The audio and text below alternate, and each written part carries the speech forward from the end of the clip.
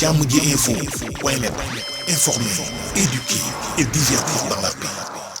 yow muy bëgg a jot xibaar yu sell te woo waaye itam bu ànd ak njàngalee ak xel mu dal ak jàmm gaawal gaaw abonné suñu compte YouTube bii nga xam ne moo di jàmm ji info.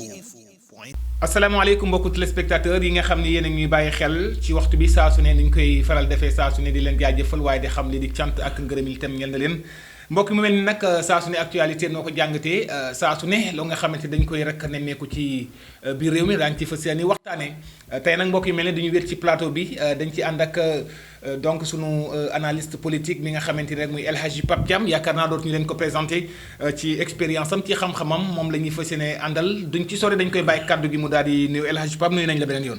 waaw asalaamaaleykum Serigne Mountakha fay nañu la di nuyu tamit waa jàmm ji info yëpp waaye di nuyu peuple sénégalais bi ak internaute ak téléspectateurs yi nga xamante ne bii lu ñu am jàmm ji info moo leen ko gënal.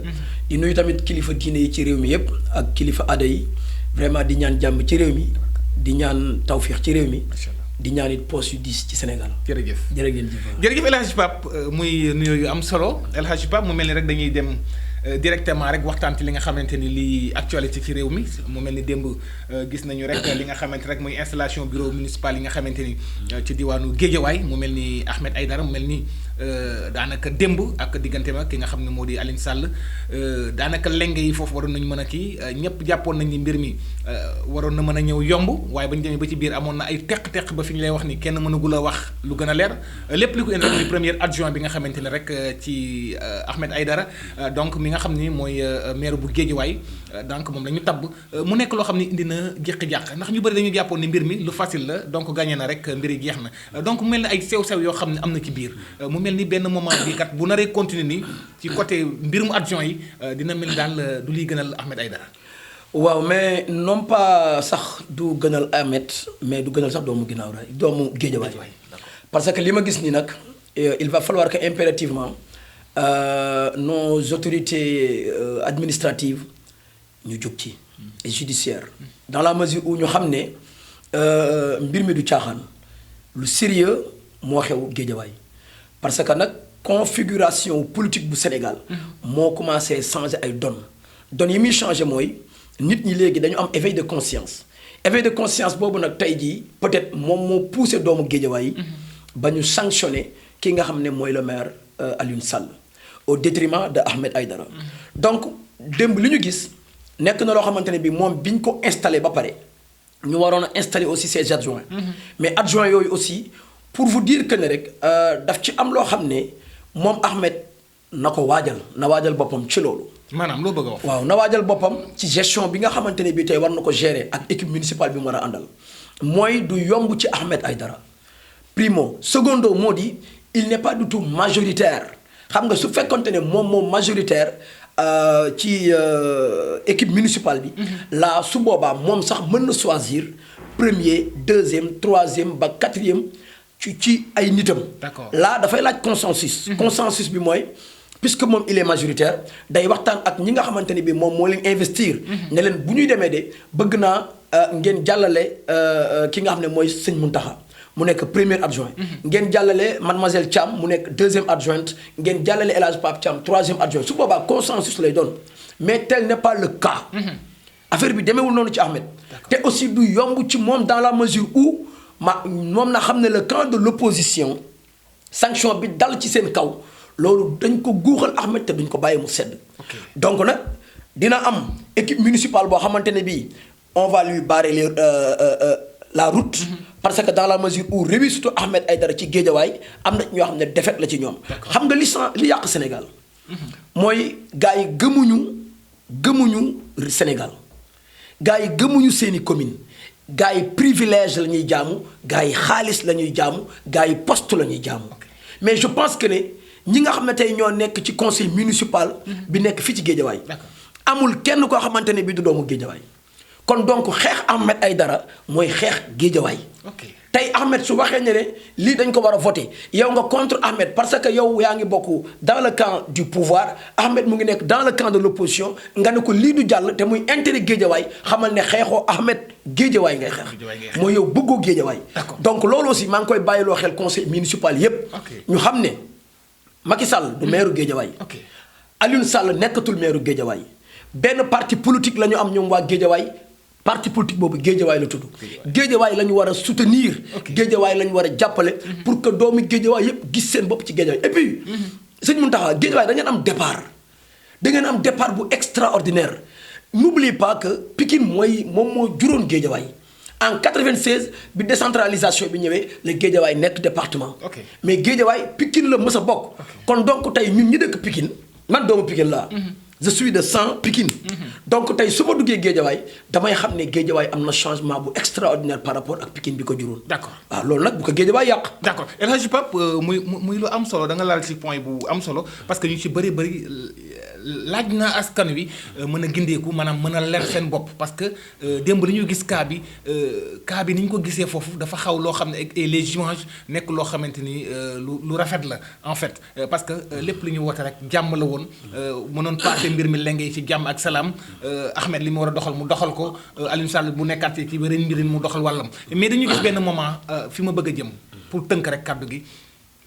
ban mbir la nar a indil Ahmed Aïdara bu fekkee mbir yi continué nañu wala conseil yi ci boppam dominé nañ ko par rapport maanaam pouvoir bi ëpp na ko fa doole lan mooy njeexital Ahmed Aïdara ci biir mbir mi. waaw man le conseil que je vais lui donner.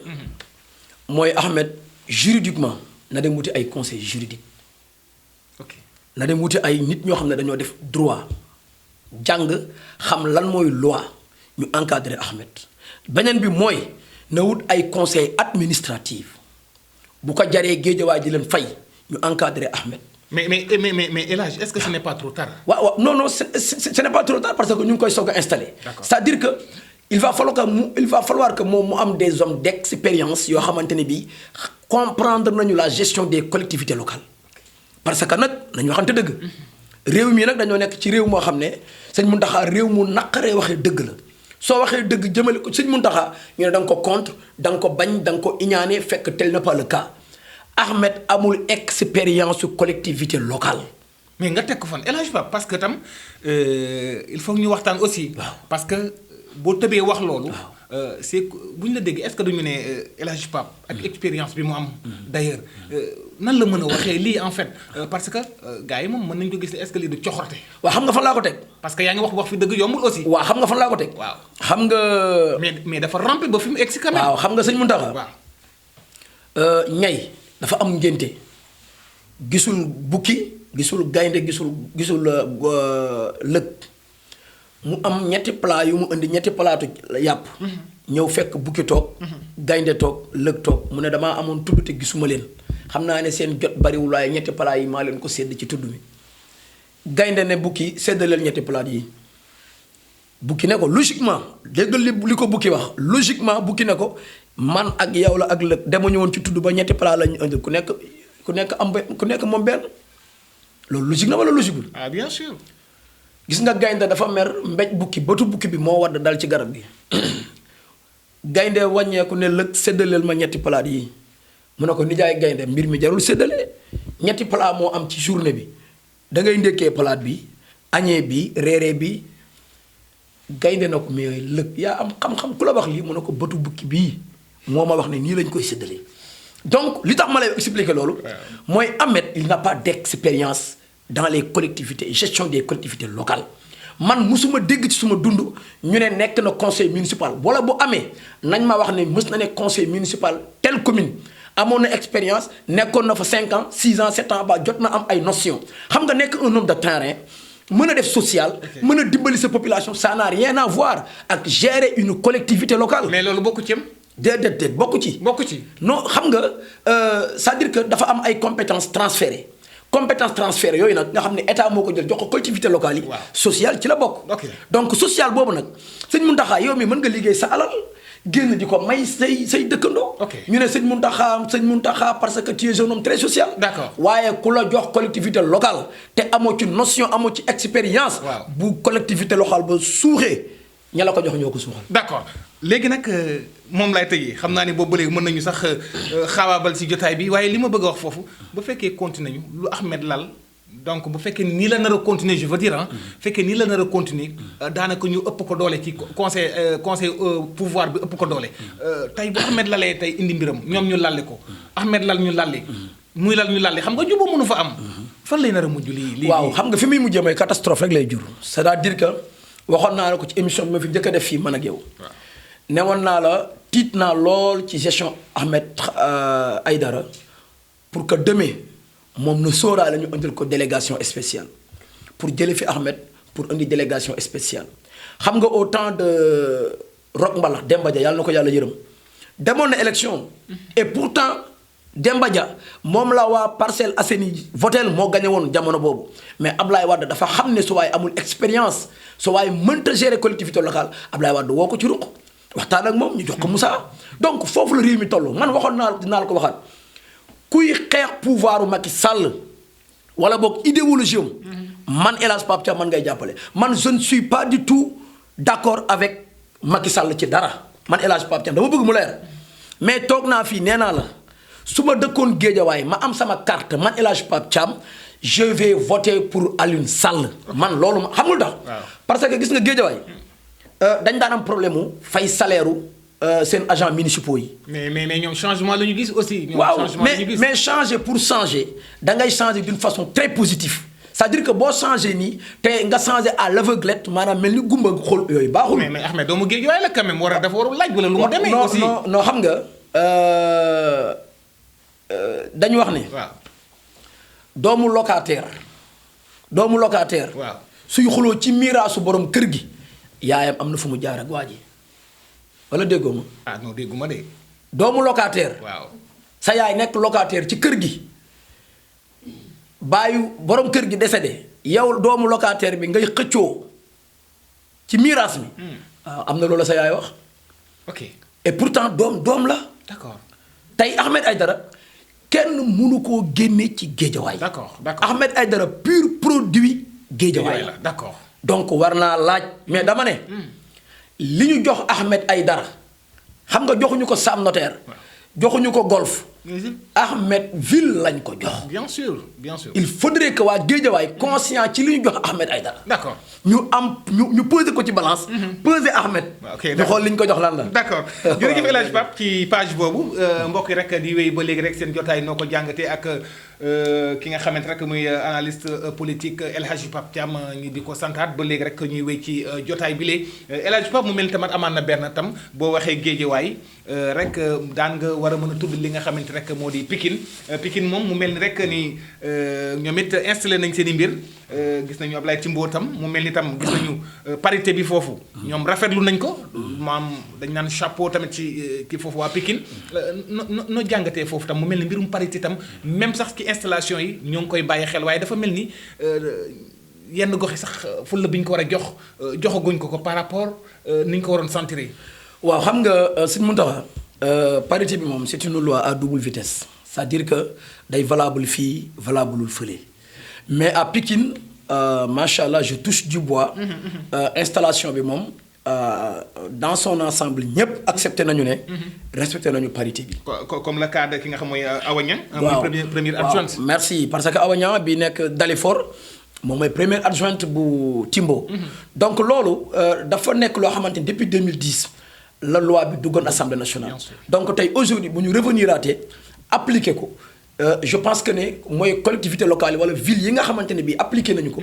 dañ leen a war a wax mention spéciale. d'accord mention spéciale ci ñu xam ne cër bu ci nekk ki ko yelloo moom lañ ko jox. donc Pikine moom ci côté boobu dañuy wax ne chapeau. parce que c'est pas le maire aussi parce que jigéen ñi aussi dañu am taxawaay. d'accord boo xam ne moo mat sëkk ci Sénégal. te je vous le dis et je le répète on est plus de 17 millions d'habitants. soo génnee étrangers yi vivre parmi nous ñun sénégalais yi matuñu 10 millions. donc boo xoolee ci biir loolu. ñiy fal président de la république matuñu 3 millions. donc ci biir 3 millions yooyu boo xoolee mën naa wax ne à 75% ci ñiy fal président de la république du Sénégal ay jigéen lañu kon donc jigéen ñi. jaadu na nag ñu laaj seen cër ci réew mi. jaadu na ñu jox leen seen àq ak seen yelleef ci gestion des collectivités locales. parce que nag. ñoo gën a fidèle ñoo gën a juste ñoo dàq liggéey parce que ñoom li ñuy bañ góor du ko bañ.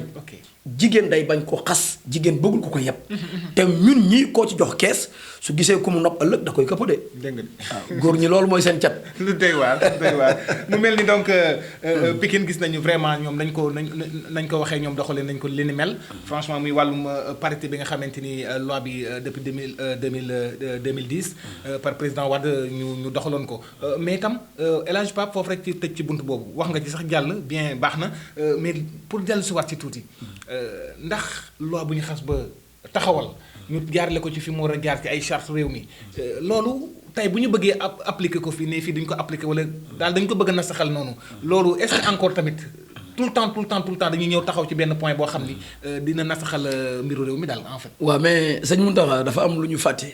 mooy on vit dans un pays boo xam ne kumba am ndey la ak kumba amul ndey kumba am ndey su respecté loi bi ak su ko respecté wul benn daan du ko ci fekk. waaye kumba amul ndey. mais vote bi kon vote bi ci boppam loi ba ñu voté moom lu muy jariñ. waaw mais bu fekkonte ne problème mu loi la. charte réew la bu fekkonte ne respecté problème mu loi la. mais assemblée nationale ñaata loi lañ fa voté te sénégalais respecté wuñu ko.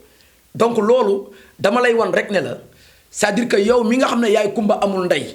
nekk dans le camp de l'opposition góorgóorlu nga respecté loi yi. sinon boo ko deful sanction bii dal ci sa kaw. dana métti ci yow métti ci localité ba nga dëkk. ba de culture bi ñu jàppoon démb ak barki démb rek loolu la ñuy. du fi mës a jóg loolu moom góomu deewaale la. d'accord xam nga góomu deewaale. robaale moom mooy kenn mënu koo faj. Sénégal moom loolu la c'est-à-dire que si tu es avec le pouvoir. Là tu es libre, tu es protégé par les lois. Tu es protégé aussi par le président de la République du Sénégal. xam nga li xewoon suñu jamono ji passé jël lu mel ni passeport diplomatique. nga gis ku takk 12 jabar ci benn passeport diplomatique ñu jël passeport diplomatique mu mel ni jaaykatu gerte caaf loolu dama ne soo nekkoon dans le camp de l'opposition boo ko defee caabi féete la ginnaaw mais ñu ko def dara du leen ci fekk ñaata nit lañ fi jàpp ñu def ay blanchiment d'argent jël ay faux billets des centaines de milliards fan la ñu fekk dara fekku leen ci parce que ñoom dañoo ànd ak waaja soo àndul ak waaja nag yow yaay kumba amul ndey. d'accord da ngaa war a xam ne amoo ci réew mi bàjjen. c'est très bien. Jàmm ji info point net informer, éduquer et divertir dans la paix. yow muy bëgg a jot xibaar yu sell te woo waaye itam bu ànd ak njàngalee ak xel mu dal ak jàmm gaawal gaaw abonné suñu compte YouTube bii nga xam ne moo di Jàmm ji info.